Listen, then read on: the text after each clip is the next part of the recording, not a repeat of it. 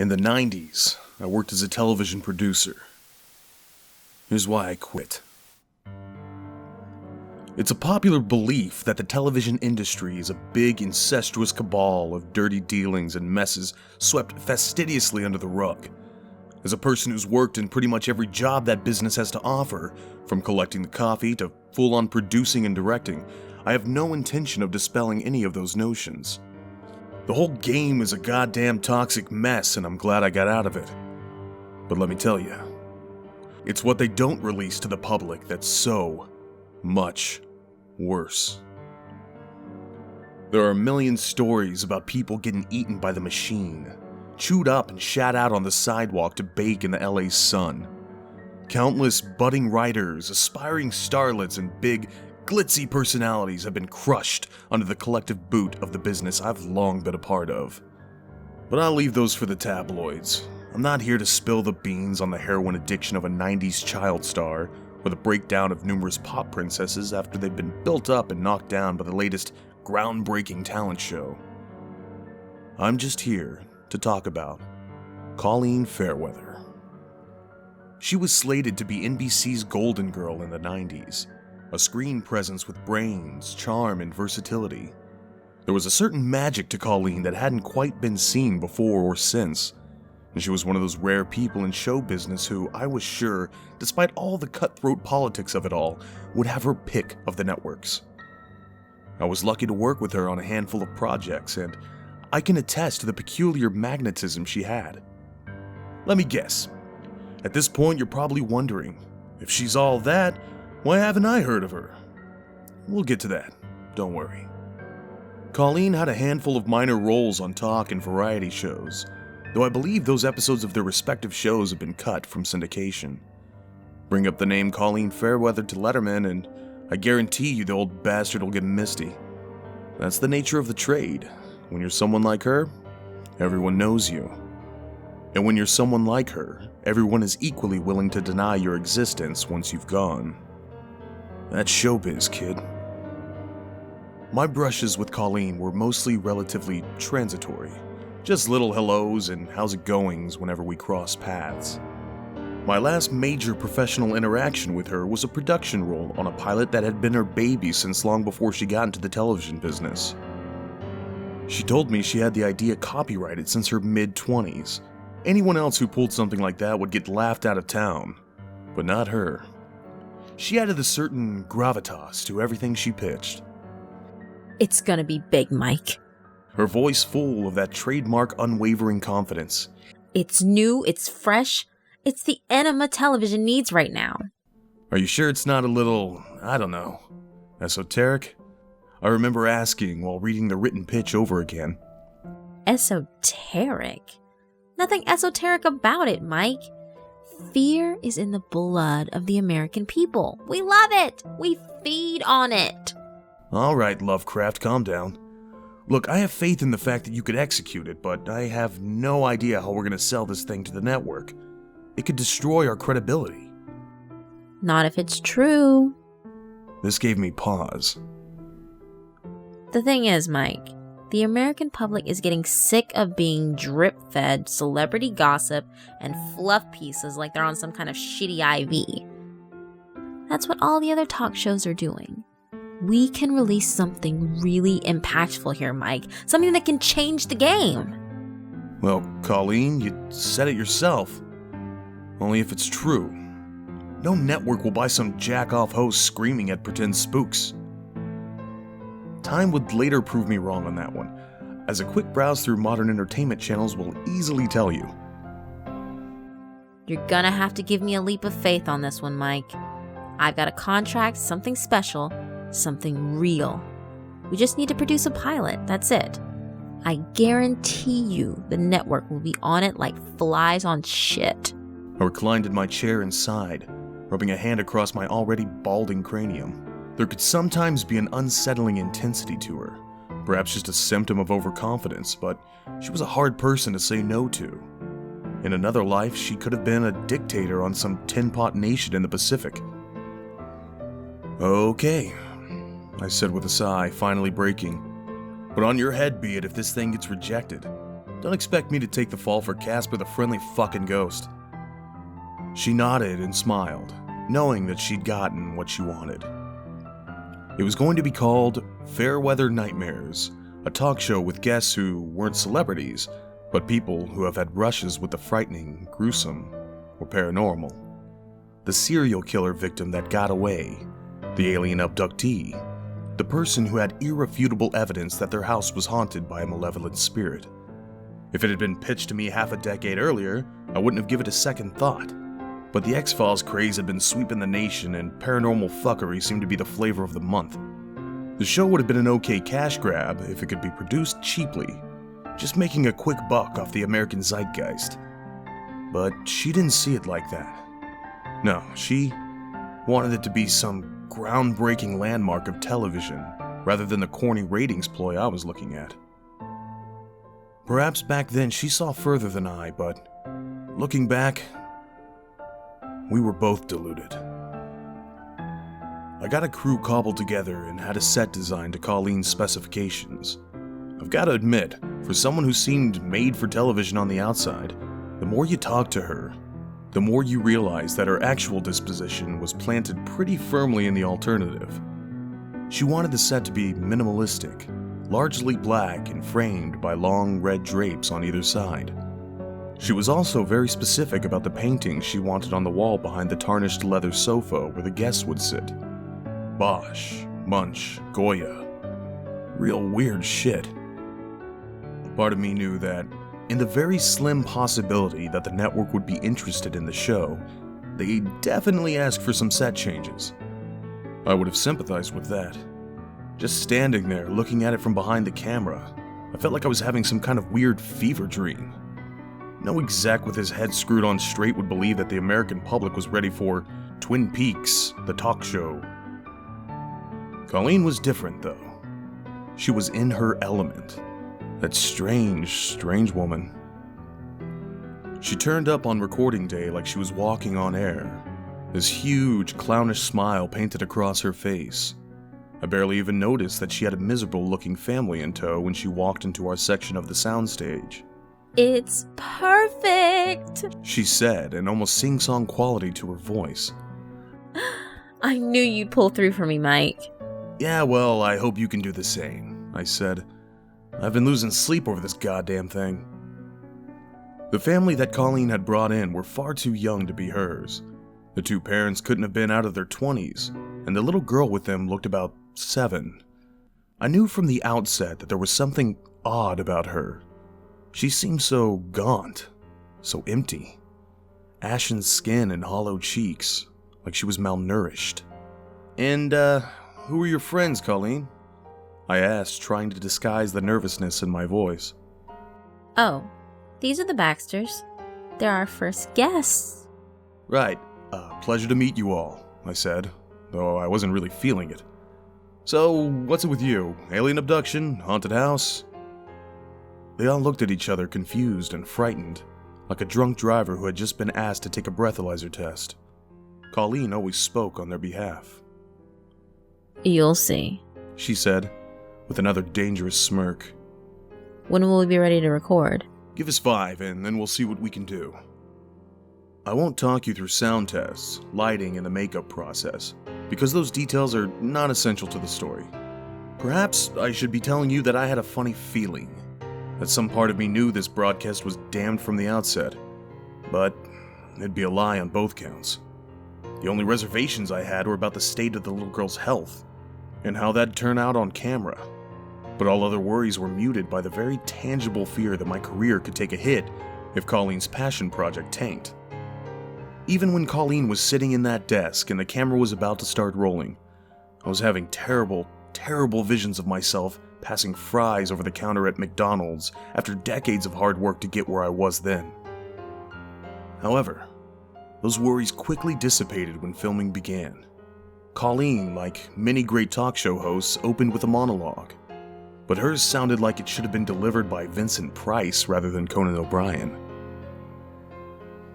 Welcome, one and all, to a television experience like no other.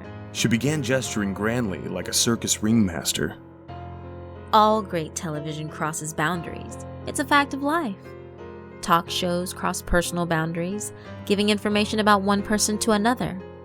Game shows cross the boundaries of human emotion, delivering excitement and pleasure in the comfort of your living room. And a good fictional drama will invariably cross the boundary of fiction and reality, making your heart ache for the non-existent product of acting and writing. Yes, ladies and gentlemen, good television is the art of crossing boundaries. But there's one boundary that I, Colleen Fairweather, don't believe has ever truly been crossed on television. That, my dear viewers, is the boundary between life and death. When she paused, the room was flooded in deafening silence. I think every one of us was floored by her delivery. This, she said, a smile broadening across her face, is Fairweather Nightmares. This would be where we'd insert the opening credits. But I had to try with all my might to stop myself from clapping. I'd seen Shakespeare delivered with less passion at the West End, and to think she wrote it all herself. It was unheard of at the time. I'd gone from seeing doom to seeing dollars in the space of a single monologue, and felt boundlessly grateful that this was a project my name would be indelibly attached to. It didn't start going south until Colleen began interviewing the Baxters. We have a very special guest tonight. She's here with her family, Colleen said, turning her attention to the Baxters as the camera did the same. Helen Baxter is one of the youngest spiritual mediums in the world. She's able to contact the spirits and allow them to manifest through her body. The girl remained silent, but her young mother spoke up. Technically, she said, Helen is a conduit. She's a narrow corridor between our world and theirs, with a locked door on our end. When she calls them, spirits can wander down the corridor and peer out through the keyhole. Colleen grinned. This was exactly the sort of spiritual-sounding nonsense that raked in gullible viewers. Do you do it often, Helen? Colleen asked. No, the little girl said, her voice as faint and shaky as her appearance would lead you to believe. Not on purpose. So it can happen accidentally? Yeah, it can. Can you talk us through it, Helen? Helen let out a long sigh and nodded. I have to focus real hard to keep them out, she said. They're always there. Always. I can hear them scratching at the door. If I don't try to keep the door shut in my head, they'll just wander inside. What exactly does having them inside feel like, Helen? At the time, I thought maybe it was just paranoia, and that I was the only one noticing it, but Helen was looking visibly distressed. Part of me wanted to call off the show and assess the situation a little clearer, having known the kind of unscrupulous parents willing to pimp their kids out for fame and fortune before. But Colleen had everyone in a trance. This was her show. We were all just along for the ride.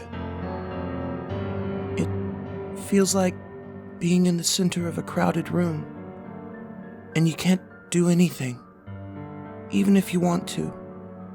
You just feel yourself being covered in cold hands, stroking you, groping you.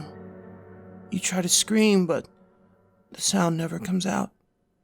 You just sit there, quiet, as something moves your arms and legs and talks with your voice. If ever there was a time for a logical intervention, it would be when a minor said that on a show intended for primetime television. That's fascinating, Helen, Colleen said. I think millions of Americans will have aching hearts for you right now, even if they can't fully understand your experience. What if she showed you? The young father said, his face glowing like a teenage boy who just discovered the sleeping beauty. I wanted to curse the bastard, but it became clear to me in that moment that Colleen had planned all of this. She was the one who found these yahoos. She was holding all the cards from the beginning. That sounds like a fantastic idea, she said, interlocking her hands with excitement. Do you think you could give us a little demonstration, Helen? That poor little girl just gave another sullen nod.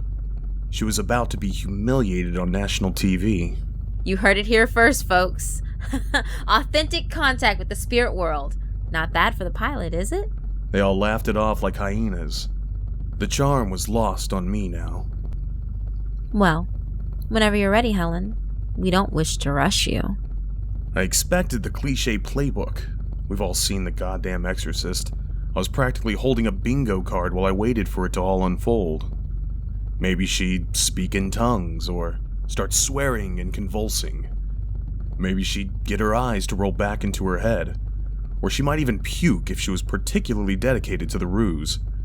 Either way, it made me sick. But, that's not what happened. To begin with, she just sort of collapsed like a rag doll back into her seat. Her eyes closed. She remained like this long enough for me to consider cutting and calling in a paramedic. But just as I was on the precipice of doing so, her little green eyes suddenly opened and she started sitting back up. Funny thing is, I am absolutely positive that they were blue before she fell down. For a moment or two, she just breathed heavily. They were labored, ragged breaths, like she wasn't used to breathing and was just trying to get the hang of it again. And then she spoke in a deep, male voice. Where am I? She, or rather, whoever was speaking through her, said, "How did I arrive here?" I was aghast. This had to have been some kind of ventriloquism, a variety of weird, live dubbing that I've never seen before. I started scanning her as best I could for hidden speakers, but the more she spoke, the more impossible it was to deny that this voice was coming from her mouth. You're in a studio, Colleen said, treating this as though it wasn't completely and utterly fucking insane. You're safe here, don't worry. What happened to you? The voice coming out of Helen became frantic. I was in a nightclub, he said, as though trying to reclaim fading memories. I was having a good time, but I felt sick.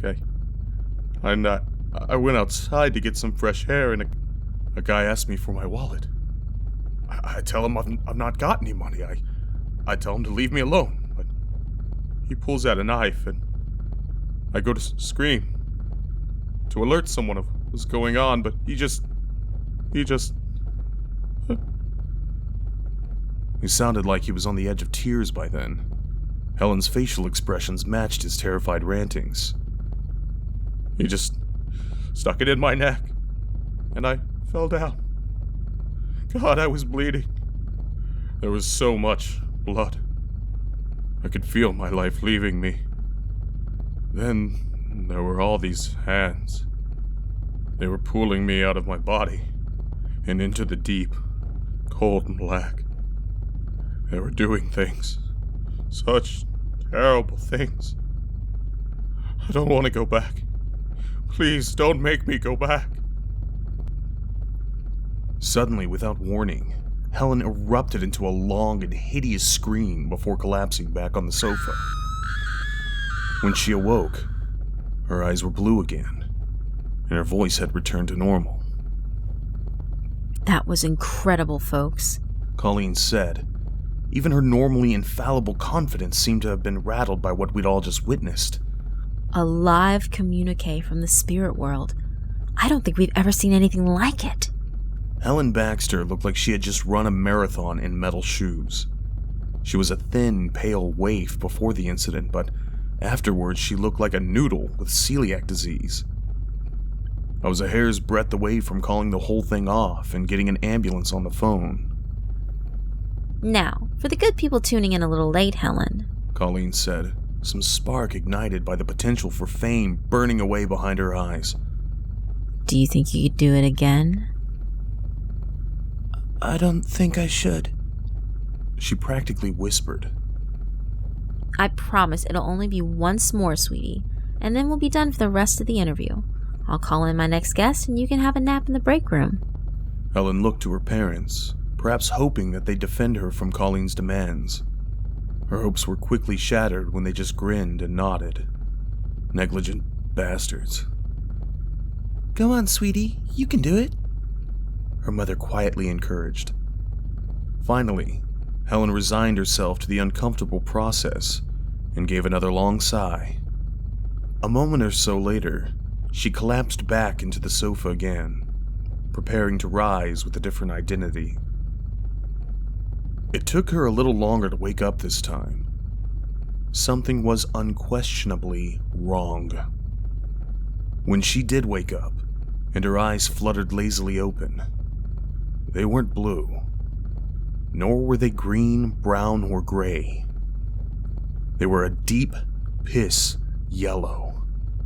Iris, sclera, all of it, and the pupil had been reduced to a reptilian slit that bisected the center of her eye. Her voice betrayed no obvious gender.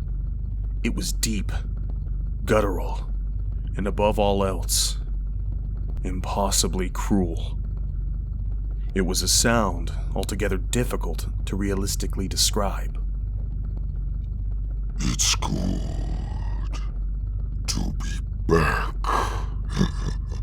She hissed with a quiet chuckle. I've been waiting for a little while. Didn't think she'd ever open the door to me. Colleen seemed to be oblivious to the danger that was now looming over the whole situation. What's your name? She asked, the voice projecting through Helen. I still wasn't sure if she was really buying it or not. There's no point trying, it said. This little girl's mouth wouldn't be able to wrap itself around my name. And even if it could, you wouldn't understand it.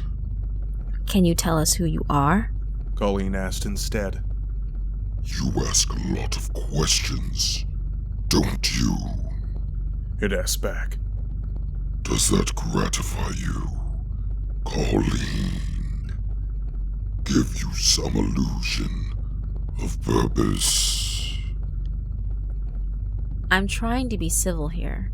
Colleen said, keeping her composure somehow. I ask you to do the same. You're asking again. It's getting dreadfully boring. The young mother spoke. You're on television. Say something for the camera. The thing laughed through Helen. Shit, fuck, cunt. It said, giggling to itself. Well, we'll have to bleep that out. Colleen said, the bizarreness of the situation finally beginning to dawn on her. I think perhaps we should move along. Thank you so much for... But I just got here. The voice out of Helen said. I don't want to leave. It's dull where I come from. The only sound there is screaming. Here, at least I can hear myself think, in spite of your irritating questions. I thought it was a trick of light at first, but Helen looked like she was getting taller. Moment by moment, the bottom of her skirt got further away from her shoes, and her stick-thin arms protruded further from her sleeves. I began stepping backwards in shock and awe as the little girl stretched and elongated into something else in front of me. What the hell is going on? Colleen asked the young parents, but they had no answers. Helen continued to warp and bend until she no longer looked like a little girl. She was long and haunched. Her skin stretched tightly across her bones. Her lips had pulled up, revealing teeth and gum, as something large seemed to bulge in her throat. What the fuck is happening? I said aloud, my voice finally returning to me. Colleen seemed frozen in place, as an impossibly long tongue spooled out from Helen's mouth, dangling around her knees. It was black as tar and stank twice as bad. and appeared to sharpen to a point at the very end, almost like a stinger. Oh dear God, Colleen said as she finally began pacing backwards. what have I done? She never got an answer to that question. The creature's tongue whipped at her, embedding its stinger into the base of her throat and slicing effortlessly through her trachea. I saw its black pointed tip emerge from the back of Colleen's neck as blood came cascading down her chest and body. The tongue ripped its way back out of her with an audible crunch as Colleen collapsed onto her desk face down. Naturally, I began sprinting for the exit as the loping Helen creature started chasing its parents. Somehow, in the confusion, a studio light was rattled from its hinges and came crashing down onto the set. The wooden floorboards and Colleen's precious red drapes caught fire in no time, and before we knew it, the entire soundstage was practically engulfed in flames. It probably could have been extinguished if someone had ran back and dealt with it in its earlier stages, but people would rather take their chances with the stampede than face whatever the hell that little girl had turned into. I made it out just in time, though I often wish I didn't. That night was a night of screaming and burning. Upwards of 40 people were killed in the blaze, but how many of those 40 were actually killed by the blaze is still an open question. They found Colleen's smoldering corpse, and part of what we believe are the young parents. It took weeks to scrape the charred bodies of lighting coordinators and set designers off the walls, and even longer to identify them and see to it that they got a proper burial. Worst of all, they never found any body that was even closely comparable to the monster that started this whole mess, and God knows where it is now. It's haunted many a nightmare of mine since that day. The studio issued a gag order once they'd found out about the situation. We were paid off or threatened with the loss of our jobs if we didn't sign the mountains of non-disclosure agreements. They made the whole thing disappear, and everyone who died on that tragic night had their deaths reduced to mere accidents, the result of a freak fire breaking out. Nothing anyone could have predicted. What a bunch of bullshit. No justice, no answers, any sense of satisfying closure for anyone involved completely taken out of the picture. The tapes we had at the event were destroyed in the fire, and worse still, whatever evil we all had a part in unleashing on that day is still out there, somewhere. Then again, I don't see any point in getting all that angry about it. That's just showbiz, kid.